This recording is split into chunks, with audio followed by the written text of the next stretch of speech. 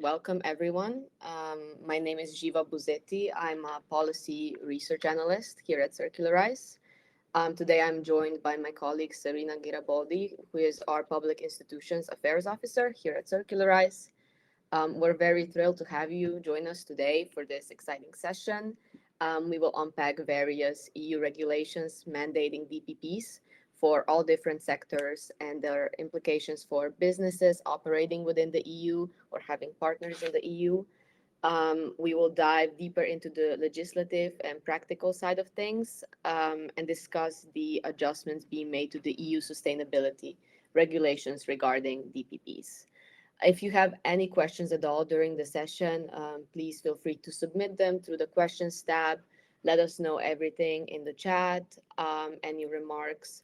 And we will be conducting a short Q&A at the end of the presentation. So do pop the questions in the chat and hopefully we do get to answer your question. But yeah, without further ado, I will now start the presentation. Now, there's a lot of rich information as we will be covering 7 regulations, and these materials will be distributed to you after. But yeah, just a heads up that we are covering quite a bit of material today. And we will talk about the following regulations that you can now see on your screens. Some are already in actions, while some are still in the negotiation stage or the proposal stage. We'll also show some actual examples of DPPs that were made here by us at Circularise, just to kind of give you an example and showcase how a DPP complying with these regulations should look like. And like I said, because we are covering more regulations, we can't dive as deep as we would like, so we're not gonna be too specific. But at this stage, I would like to give a short poll to kind of see which regulation maybe you would like to know more about. So just feel free to click on whichever regulation you would be interested for us to cover maybe in our next webinars. So we can see everyone's preferences. ESPR, yeah. We have actually done quite a few webinars, and we have a lot of material on the ESPR. So if ESPR is something you are interested in, you can visit our website. We have a guide. We have also an ESPR course that you can sign up for, and you can get, I think it's daily emails on the information on the ESPR. We also have quite a few blogs. I wrote them myself. And we will then make sure to follow up with more webinars on the ESPR if this is what you are interested in. But yeah, I will give quite a good overview today here as well. Okay. Oh, also the CPR, interesting. Okay, I think we have quite a few votes. I see that the majority of the people voted for the ESPR. I'm glad to hear that. I will definitely take this into account for our further webinars. Now, speaking about the ESPR, let's start with the Eco Design for Sustainable Products Regulation. So the ESPR was adopted in 2024 as a key part of the European Green Deal and the Circular Economy Action Plan. And this regulation is kind of the flagship framework for making products more sustainable and circular from their design through their use to end-of-life care. The core aim here is to reduce environmental and climate impacts across the product's life cycle, while also helping to create sort of a single unified market for sustainable goods in Europe. This regulation supports goals like doubling material circularity and boosting energy efficiency by 2030. It also strengthens the EU economy by driving innovation across areas, for example, like repair, remanufacturing, and recycling. Now, why is a DPP needed within the ESPR? So a major new aspect of the ESPR is the digital product passport, or a DPP requirement. Why does this matter? So first of all, a DPP promotes circular design and better reuse of materials. Secondly, it brings transparency, so both consumers and regulators know what's in the product and how to deal with it. Thirdly, it enables easier repair, remanufacturing, and recycling. So essentially making sure the product doesn't just end up in landfills. And finally, it supports traceability across the entire supply chain, which is crucial for compliance and sustainability reporting. Now, in April, the European Commission released the ESPR working plan. So the ESPR applies to a wide range of product categories, focusing first on those with the highest environmental impact. So based on the ESPR working plan from April, the following products will be regulated first. So when it comes to the final products, that will be textile and apparel, so targeting longer life cycles and lower water and energy use. Then the second category is furniture, with an emphasis on reducing material impact. Thirdly, mattresses, chosen for circularity potential. And final of the final products is tires, focusing on recyclability and end-of-life waste. When it comes to intermediate products, it will be iron and steel as well as aluminum that are being regulated. Firstly, both are in energy-intensive sectors, so the focus here is on reducing emissions and increasing recyclability. There are also horizontal requirements, which were the part of the ESPR working plan, and these apply across product groups, like rules on repairability for energy-related products, as well as minimum levels of recycled content and recyclability for electrical and electronic equipment. Now, what actually needs to be in a DPP for a DPP to be compliant with ESPR? So there are 7 main categories of information that must be included. Every product must have a unique product identifier, like a serial or a batch number that allows it to be tracked throughout its cycles. Secondly, details like repairability, durability, expected lifetime, essentially performance information, and the product's carbon and environmental footprint are needed. Thirdly, substances of concern must be noted. This includes not only the name, but also the concentration of hazardous substances, and safe handling instructions and disassembly guidelines. It is important to include life cycle tracking for these substances. Then instructions for use, maintenance, end of life, sustainability information like the material composition, microplastics, any environmental impact, modularity and repairability, and recyclability and circularity information. This is the ESPR timeline as followed, as introduced by the ESPR working plan. So by 2026, iron and steel passports should already be in action, and then in 2027, that will be followed by aluminum and textile and apparel, as well as tires passports. In 2028, a passport for furniture should already be made, and by 2029, same thing goes for mattresses. These are the actual products of the product categories that I have just talked about that are part of the ESPR working plan. I will not go through all of them, as that would take too much time, but these slides will be distributed to you so you can see whether your products are being regulated by the first working plan and when their passports should be made. Moving on to the next regulation we will cover today, and that is the Construction Products Regulation, or the CPR for short, which is one of the EU's most significant moves towards sustainability in the built environment.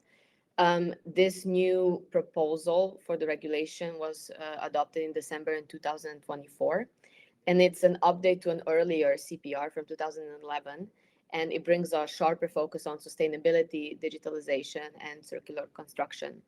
One of the key innovations is the introduction of the digital product passport for construction products in this instance.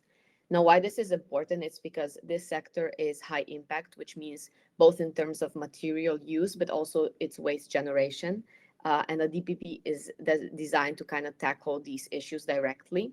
What it's aimed to do is to improve life cycle data and traceability of products and materials, enable sustainable design, construction, and even deconstruction, which would allow materials to be reused or recycled more efficiently.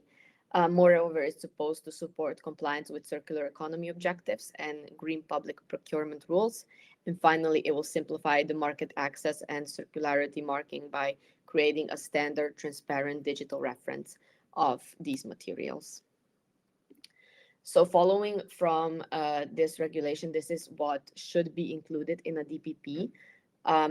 So first of all, environmental performance and durability. So details on the product's environmental attributes such as carbon footprint, energy use, or recyclability. Moreover, its material content and hazardous substances, instructions for use, reuse, and dismantling, circular economy mark, and declarations of conformity and unique product manufacturer identifiers. If you notice that this is similar to the ESPR, is because in the EU, all DPPs will kind of be made to follow the model of the ESPR. That one is kind of the model passport. But with that said, I will give the floor to my colleague Serena to talk more about the battery regulation. Yeah, thank you, Ziva. Let's see now together the rest of the legislation that is in force that mandates for the use of a product passport. So the battery regulation entered into force already in August of 2023, and this is, let's say, the EU response to the high demand for batteries. So the aim, of course, is of making batteries more sustainable throughout the entire life cycle. So for this reason, this regulation applies to all batteries that are placed on the market to ensure like material sourcing, recycling, and repurposing after their collection. So all batteries in the EU will require a battery passport. And to do so, the regulation divides batteries into 5 main categories, and these are portable batteries with weight of 5 kilos or less, starting light and ignition, light means of transport, electric vehicles, and industrial batteries. And we will see that this categorization is fundamental as the same regulation entails differences in recycling targets and application deadlines depending on the battery that is at stake. And in general, the recycled content target that this legislation wants to meet by 18 of August 2031 is that industrial batteries with a capacity that is greater to 2 kilowatt per hours, electric vehicle and SLI batteries containing cobalt, lead, lithium, or nickel in active material should have a 16% of cobalt, 85% of lead, 6% of lithium, and 6% of nickel. And all these percentages will be increased actually as of 2036. So, of course, to ensure that these targets are met, and in general, once again, recyclability, digital product passport are necessary. And because of these batteries are kind of different to one another, the same regulation calls for let's say, different categories also of DPP, depending on who has access to this information. So firstly, we find publicly accessible information that are related to the battery model. Of course, this is the most expensive one, and it includes the general information of the battery, so the identity of the manufacturer, the battery category, what was the geographical location of the manufacturing plant, the capacity, but of course also the material composition. So what was the chemistry? Are there any hazardous substances or critical raw materials? What was the carbon footprint, the information on responsible sourcing, for example, or battery due diligence, the recycled, of course, and renewable content information, and voltage, power as classic batteries, let's say, and due declaration of conformity. We find then DPP with information that are accessible only to persons with a legitimate interest, and of course the EU Commission. And in this situation, information are related more to the detailed composition, and it includes material that are used in the cathode, anode, and electrolyte of the battery, as well as information on the part numbers of the component, information on the dismantling. So, for example, is there any specific tools that is required to disassemble? And lastly, safety measure. Thirdly, we find the DPP with information that are accessible only to the notified bodies and like Market Surveillance Authority and the Commission.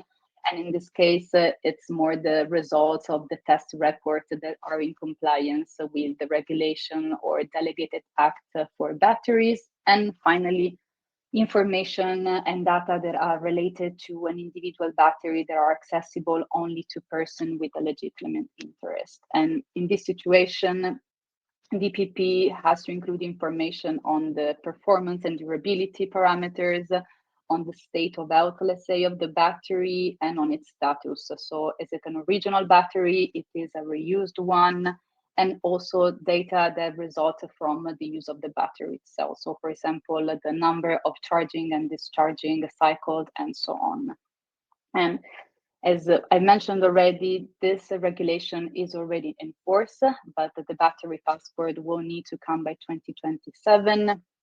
And of course, as I anticipated already, depending on the different categories, there are different dates of application. For that, I suggested to have a look directly at the regulation. But in general, all of these rules are applicable 100%, replacing the past directive as of the 18th of August 2025.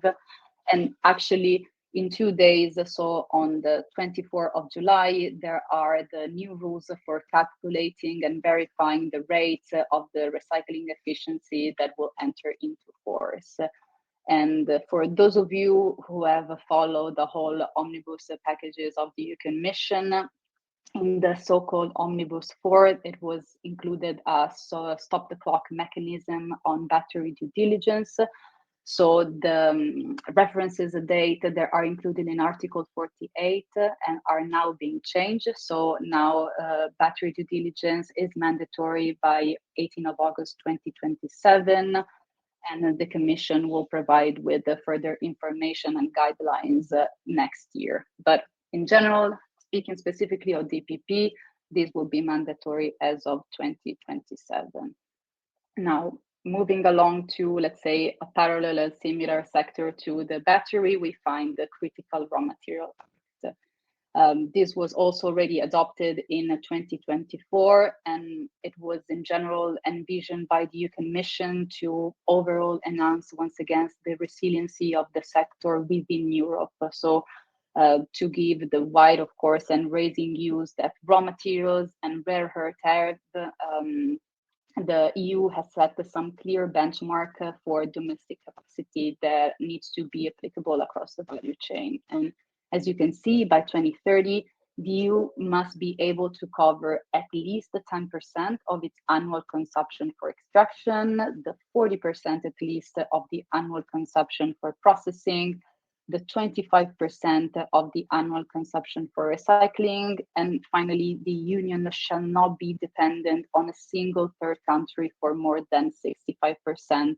of its supply of any strategic raw material.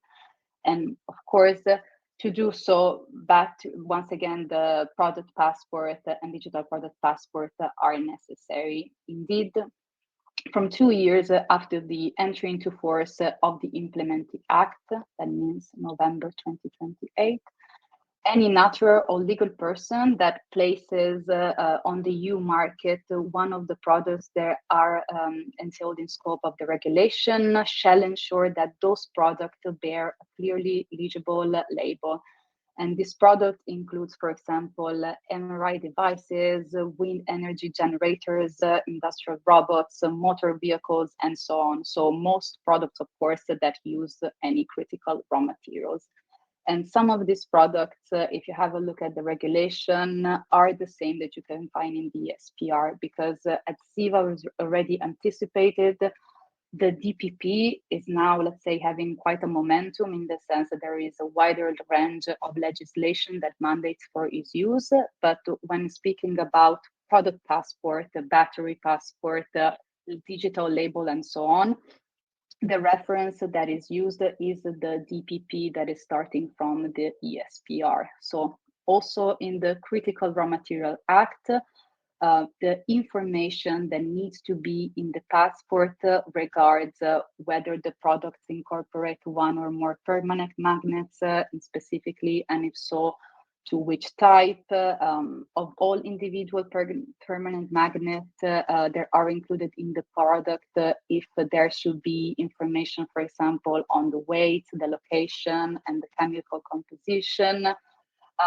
the access and safe removal of the permanent magnets. So is there any steps, a tool or technology that should be in place, as well as information on the person who is responsible, the manufacturers, and as you can see as the last point, it is required that it is aligned with the ESPR or other delegated or implementing act of the union that mandates for the use of DPP. And as you can see, once again, the timeline of the Critical Raw Material Act is soon going to be in place. The rules are already in force, but as of the 1st of January 2027, the Commission will adopt the Delegated Act, and on that same year, on the 24th of May, it will review, if necessary, the list of what are actually the strategic raw materials, and every 3 years after that, this list will be reviewed. And from the 24th of May 2029, information on recyclability of permanent magnets shall apply to some specific products, in particular the MRI devices, motor vehicle, and light means of transport. And now, before moving, let's say, to what is on the horizon and what are some new proposed legislation that requires a DPP, we would like to ask for another poll, and that is, what do you see with the information you have so far as the biggest challenge in implementing a digital product passport?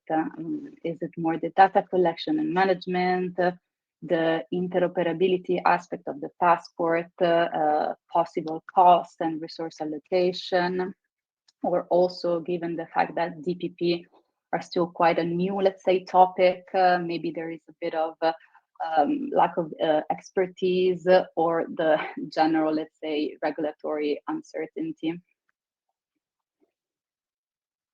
And to move now to something that it's on the horizon, following the Commission working plan of 2025, the toy safety regulation is now finally coming towards the end of its legislative journey, let's say. So this new regulatory framework will substitute the previous directive on the topic with the safety requirements for toys that are placed on the EU market. And this applies, of course, to toys that are manufactured either out or inside the EU. And in general, this new regulation will call for a higher level of protection for children. So it will cover new harmful chemical products, and it will entail a limited ban on the intentional use of PFAS. And at the moment, as you can see from the status timeline, the negotiation of the file is actually being concluded. So the interinstitutional agreement has been found, and the file was voted in the Internal Market Committee during the last month. So we are just waiting for the final vote during the plenary session, and that for now is scheduled for the 12th of November of this year. And after that, of course, what does it mean? That this provision, so there's a new regulation, would likely be published on the official journey and become applicable, be in force already by the end of this year, with the rules regarding DPP specifically that will be mandatory, at least from the now proposal, in 2028. This, of course, regards new toys that are produced, while there will be likely a transitional period of another 12 months for selling toys that were already produced, for example. So in general, for the moment, the proposed regulation calls for DPP that will be mandatory for every toy that is going to be sold on the EU internal market by 2030.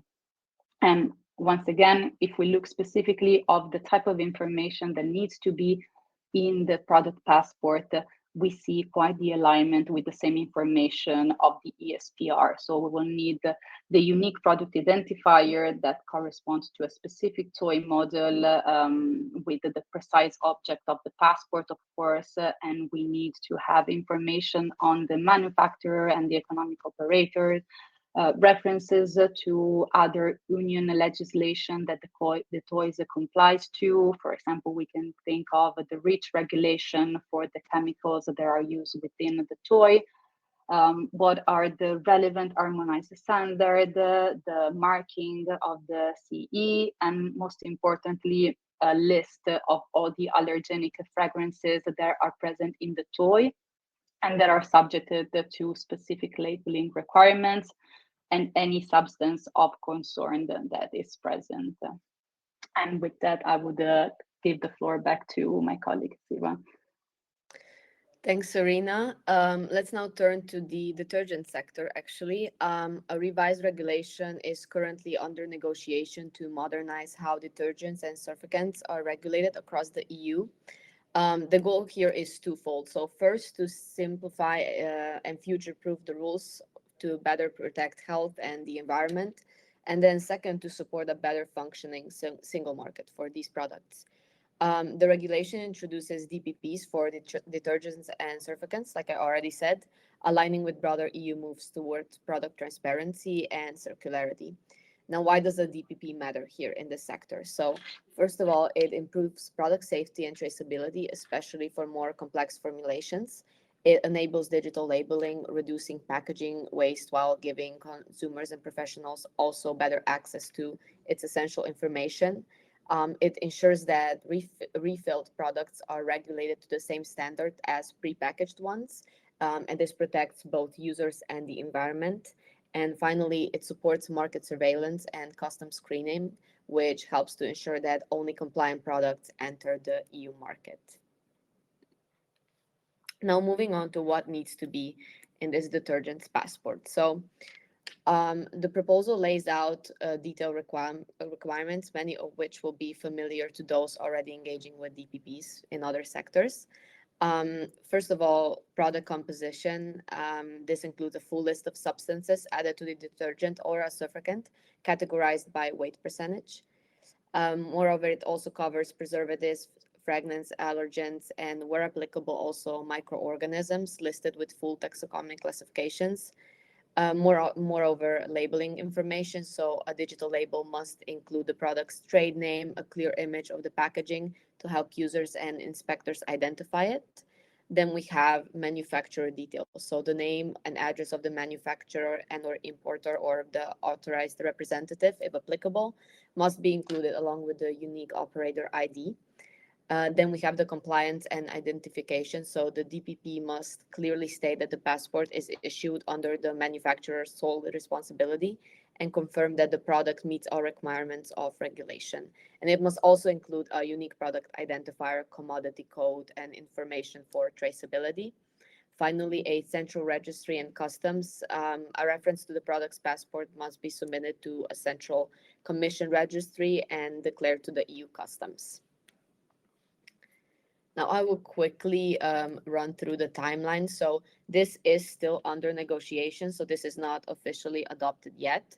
But once it enters into force, industry will have a minimum of 4 years to fully comply with DPP requirements. The regulation, like I said, is still under negotiation with a plenary vote expected in December of 2025. Now to the last regulation we will cover today, and that is the end-of-life vehicle passport, or LVP. Now let's turn to the automotive sector. We are seeing here a major regulatory shift. The current end-of-life vehicle directive is being redone, which is aimed at improving circularity in vehicle design and better managing vehicles at the end of their life cycles. A key feature of this updated framework is the introduction of a DPP, or more specifically, the Environmental Vehicle Passport, or EVP. So this EVP will help ensure vehicles are designed with disassembly, reuse, and recycling in mind, all while improving transparency throughout the vehicle's life.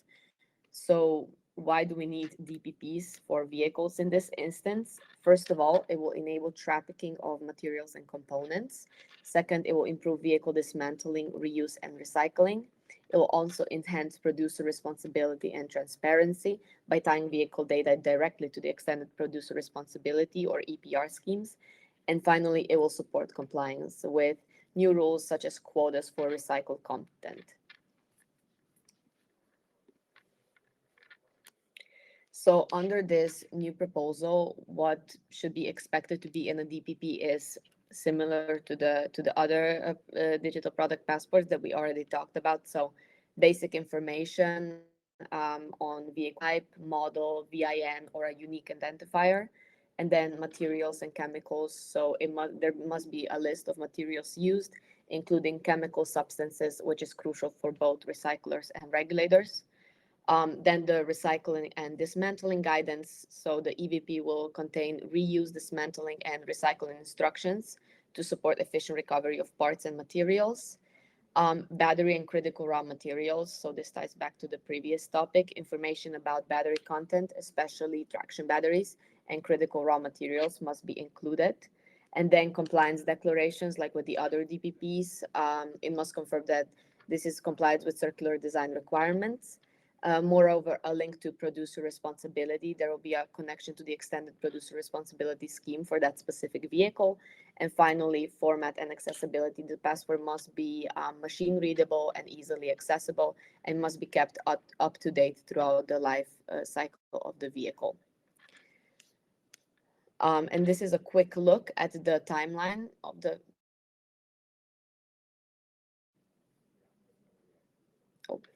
Okay, my internet cut out. Apologies. This is a quick look at where we are in the legislative process. So, the proposal was published in 2023. It's currently under negotiation at the EU level, and the DPP, or should I say EVP in this specific instance, is expected to become mandatory between 2027 and 2029. Now, this is an overall timeline that we made here at Circularise. This timeline includes all of the deadlines of the digital product passports for all of these regulations. I will quickly run through it now to kind of shed some light on the exact deadlines, so it's all in one place. So the proposal, so first of all, in 2024 has been a critical year for laying the foundation for DPPs across multiple sectors. In May, we saw the introduction of the environmental vehicle passport that I just talked about, and new EU7 requirements for electrified vehicle components. Then in July, the ESPR was published, setting the stage for horizontal product sustainability rules across the EU.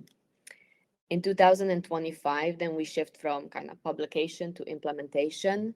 The toys regulation entered into force, and in April, the first ESPR working plan is published, prioritizing products like textiles, furniture, and tires. Then in 2026 is when DPP requirements begin to take effect. So firstly, in January, the first ESPR product-specific regulations will go live, which I spoke previously about when talking about the ESPR. By July, detergents placed on the market will have to include a DPP. And in November, EVPs become mandatory for newly approved M1 and N1 vehicles. So that's most passenger cars and light vans. And we also see EU7 rules apply to newly approved car tires. And in December, the ESPR starts to apply to transaction products, with iron and steel DPPs also expected to begin to roll out. Now let's go to the second part of this timeline. So in 2027, it's all about expansion and formalization. So we expect a legal act on product repairability under ESPR. Several ESPR DPPs are anticipated this year, like I talked about previously. So for example, for textiles, tires, aluminum, and batteries, all major contributors to material impact in the EU economy. And by November, EU7 rules will apply to all approved car tires, not just newly approved ones. Then moving on to 2028, EVP, so the environmental vehicle passport, will become mandatory for newly approved heavy-duty vehicle types. So these are buses and trucks. And ESPR furniture DPPs are also expected by 2028. Crucially, in July of that year, detergents without a DPP will have to be withdrawn from the market, actually. And for ESPR, transaction products must have DPPs by this point, marking a shift from optional to mandatory. So I hope this clears it up regarding the ESPR. By 2029, DPP implementation will reach full force across several remaining product types. We'll see DPPs for mattresses and cement under ESPR. A legal act on recyclability will also be introduced, further strengthening circular design. And as for toys, by 2029, only toys that meet DPP requirements will be allowed on the market. I hope this was a well-made and visually pleasing timeline of all of the events that me and Serena talked about. And I would like to now do a quick poll to kind of see, when do you expect DPP requirements to become mandatory, especially for your industry? This would also kind of help give us an insight into when we should schedule which webinars and kind of where everyone is in the DPP adaptation process. Okay, I see that a lot of it's mostly 1 to 2 years. So yeah, indeed, a lot of these deadlines are approaching very, very fast. And also keep in mind, when making a DPP, this is not a process that can be done overnight. It actually is quite a lengthy process. So if you think that your company will need a DPP within 1 or 2 years, and you do not have one yet, I will seriously suggest to start looking into it, because it does take quite a while to gather all of the important information and to actually adopt a digital product passport that is compliant with these regulations. Okay. Now, I'm going to show some examples of digital product passports that we have made here at Circularise that do comply with the regulations and that are standard. I seriously apologize for the quality. I think this is the live storm's fault. So first of all, I will show the Samsonite DPP, which we have made in collaboration with the company Samsonite for travel accessories. So this is a digital product passport for a suitcase that we have made.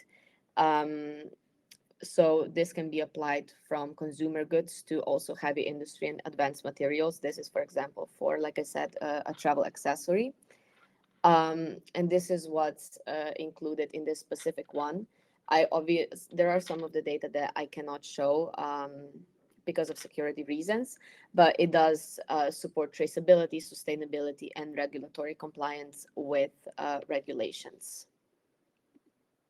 You can also search the Samsonite on YouTube, and there is a whole video that was made by us on the process of a digital product passport, specifically when it comes to a suitcase. In regards to circular foam, again, I sincerely apologize for the quality of this image. Here are some examples of the circular foam project developed by Circularise. Each of these DPPs tracks key information like material composition, sourcing, dismantling instructions, and recycling guidelines. These passports were created for products like insulation boards, like we can see, refrigerator doors, and metal panels, all containing PU foam. What's powerful here is that the DPPs balance traceability with data protection. So, like I said before, sensitive information stays secure while recyclers and partners get the information they need.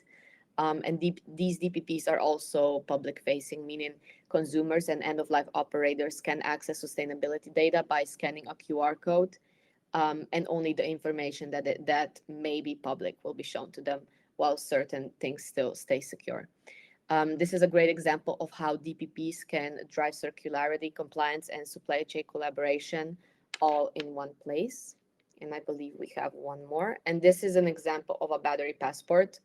The information that is secured is blurred out, unfortunately, but this is how it looks like and what should be included. So this is a great preview kind of what's coming under the EU batteries regulation in 2027. It provides details on critical raw materials, carbon footprint, manufacturing origin, and more. Now, battery DPPs are vital for electric vehicles, ensuring safe second life use, recycling, and compliance with ESG demands. And here you can see how a passport travels with the product from production kind of to end of life, enabling true life cycle accountability. And now for the last poll, I would just kindly ask whether your company is currently using DPPs. So we will quickly just activate the poll, just so again, we can get some insight into where you are in the process. Because we are kind of, like I said, during the timeline, right in that transition between adapting regulations to then those regulations being binding. Planning to.